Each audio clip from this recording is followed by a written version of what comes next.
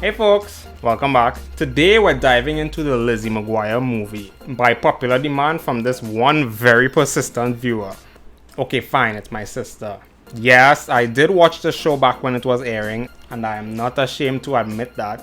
But now that I think about it, what was that show actually about though?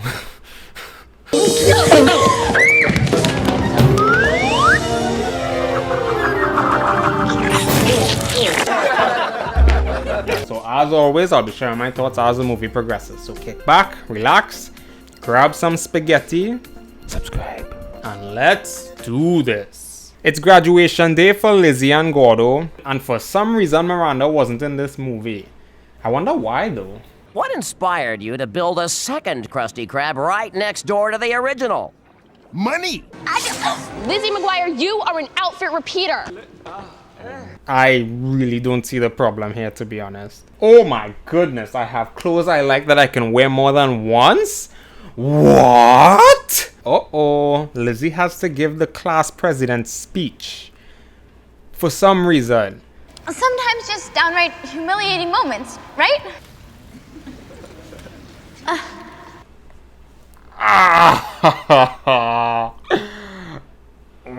Why? Wow, she manages to do a lot worse than I thought. Frick. Good job. Wait, that's their high school president for the next 4 years? You mean to tell me they were in middle school this whole time?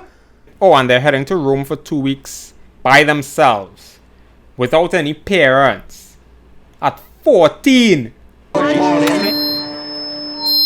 Attention parents, shut your pie holes. I like her. She's also their tour guide for this Rome trip, so that basically means no fun. Hey,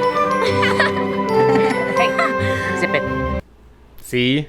Oh, and just to refresh your memories, Gordo has been in the friend zone all his life with Lizzie, but he wants out.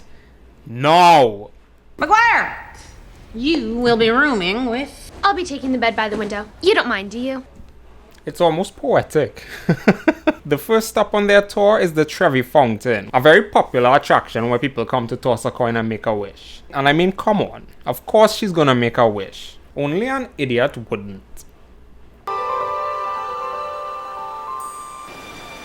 Isabella?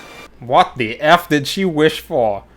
My boy introduces himself, his name is Paolo, and before he could even tell her he looks just like his friend named Isabella, people already mistook her for Isabella. So it isn't just a pickup line. Where my hug at? Paolo wants to see her again, and despite her wanting to say yes, she actually says no for some reason. But he says he will be at the fountain tomorrow morning waiting for her. He's kinda smooth with it. Frick. Who are you? Paolo Balasari. Put your money in your front pockets. She's so unlikable and likable at the same time. But wait, how old is Paolo though?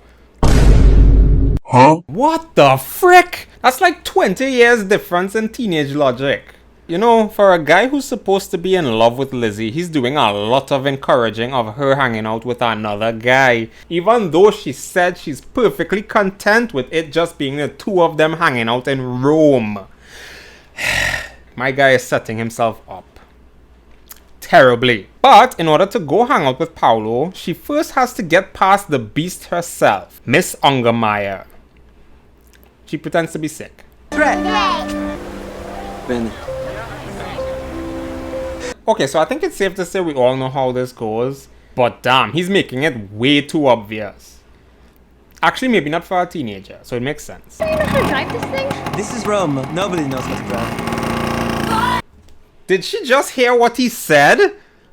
Yeah, probably not. Anyways, he takes her for a joyride to see the sights, until the school bus pulls up right behind them, so Gordo has to put in that work for them to not get caught. But what are the chances of that happening though? They had like everywhere else to go to. You looking at? Piece of that? Piece of the Ungermeyer? Paolo opens up to Lizzie on why him and Bella actually broke up. Something about making more serious music, but she was opposed to the idea, so they broke up. So as he saw Lizzie, he figured she could help him. Make more serious music? But Isabella, she needs the help to sing. You mean Isabella lip syncs? What? Anyways, he wants her to pretend to be Isabella for one night, to present an award at an award show, to prevent her from getting sued from the record label. This just got complicated very quickly. It's Paolo's idea to help Isabella because he still loves her. Not romantically, like a sister. And how exactly does that help your cause if you look exactly like her? Sweet home Alabama. He is so amazing. He's just so kind. This is all your fault, my guy. I don't feel bad for you one bit.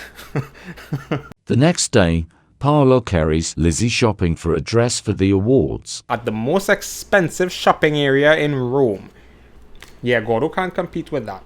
But it's still Lizzie, so she just doesn't have an easy time wearing any of it. Poor Lizzie. At least she comes up with something. Uh-oh, they took way too long at this place. So now it's a race to get to her room before Ungermeyer. Spoiler, she does. But her roomie already knows she's faking. Your eyebrows finally match. Your hair has highlights. Fresh manicure. I smelled acetone the second I walked in the lobby.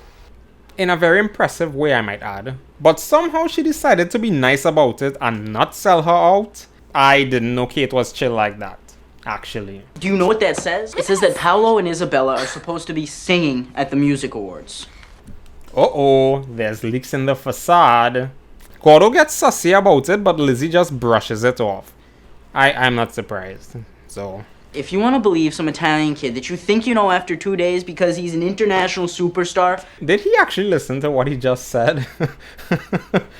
This is all your fault! Meanwhile, Lizzie's little brother, Matt, manages to manipulate his parents to go on a trip to Rome. All because he misses his sister. I forgot to mention earlier that he found out about the whole Lizzie and Isabella drama online. So he wants to get blackmail on her. This guy is out for blood. And I'm impressed. Anyways, she confronts Paolo about it and he goes on this lengthy explanation about the record company and they wanting them to sing instead and something and something and something. So now she has to sing. Here's my vow to you. I, Paolo Baldassari, will never let you, Lizzie McGuire, be embarrassed. The setting, the scenery, the words. Heck, I'd fall for it too. Frick. This is so beautiful. Yes, you are. Still weird.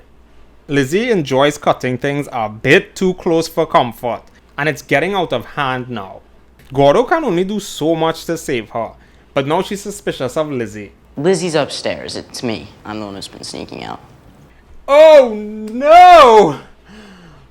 I really don't think he needed to do all that though. She had a head start. Uh-oh, Ungermeyer is sending Gordo home. Damn. Now Paolo's helping Lizzie practice for the performance by making her lip sync to the song. You know, just like Isabella. You know, I'm only now starting to notice it, but Paolo looks a lot like Tom Welling. Anyways, Lizzie finally gets back to the lovely, lovely news about Gordo. And I still think he didn't have to do that. The plane is gone. At least she tried when she heard about it. That counts. But Gordo didn't actually hit up the plane. Because he saw the real Isabella. And she's just as confused about this random blonde that looks just like her. And where she came from. It's over. I'm going to turn myself into Miss Ungermeyer. Mad props for the noble move. But it would be an absolute waste for Gordo's sacrifice. Uh-oh. Her parents are here. And she's not. Whoa, well that imploded very quickly. But conveniently enough, tonight is the award show. So anything that happens after is A-okay. I don't think I can do it. Lizzie, you must. You will be great. How do you know? Because you shine like the light from the sun. Oh, come on. You've got to be kidding me. Oh my god. What?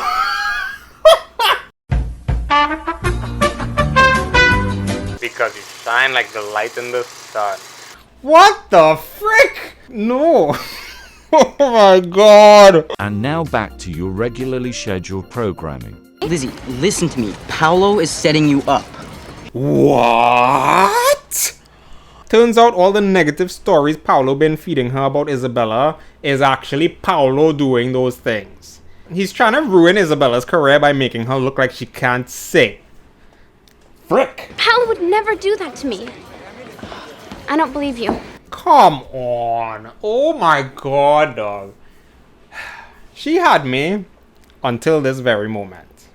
I can't believe Isabella had to actually ask her if she will listen to her friend that she's known all these years, who has been having her back all this time and encouraging her, versus some rando she met 4 days ago. I'm upset now. Inner peace. You shine with the light from the sun. Anyways, they don't want Paolo to get suspicious, so they wanted to stick to what she was gonna do. What the frick?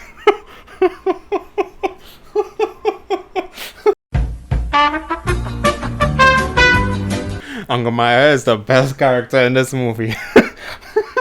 Oh no! Paolo never gave a track for Lizzie. I'm shocked. When I see you smiling, I go, oh, oh, oh.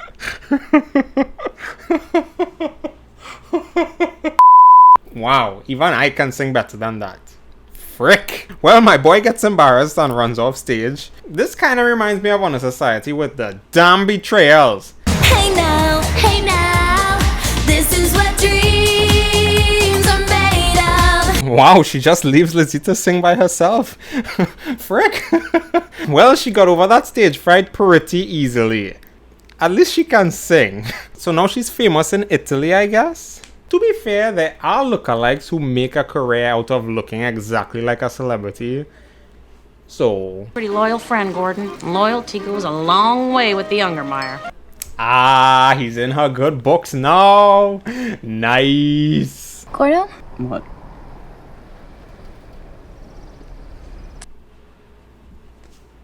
Score one for the real nice guys. Yes. And that's the movie. Not bad actually. I don't remember much about the series, but I do remember all the characters. So it was pretty nice to revisit actually. I still can't get over the fact that they were in middle school this whole time. Like, seriously? I was much better prepared for the betrayal this round because I remembered it. But at least she only knew him for a few days and didn't actually fall for him. Unlike some movies. I'm not letting that go. Moral of the story though, if it's too good to be true, it always is. If you enjoyed this video, maybe check out another one. And let me know if you watched the Lizzie McGuire movie recently. I'd love to know your thoughts on it. And as always, thank you all so much for watching and I'll catch you next week. Peace.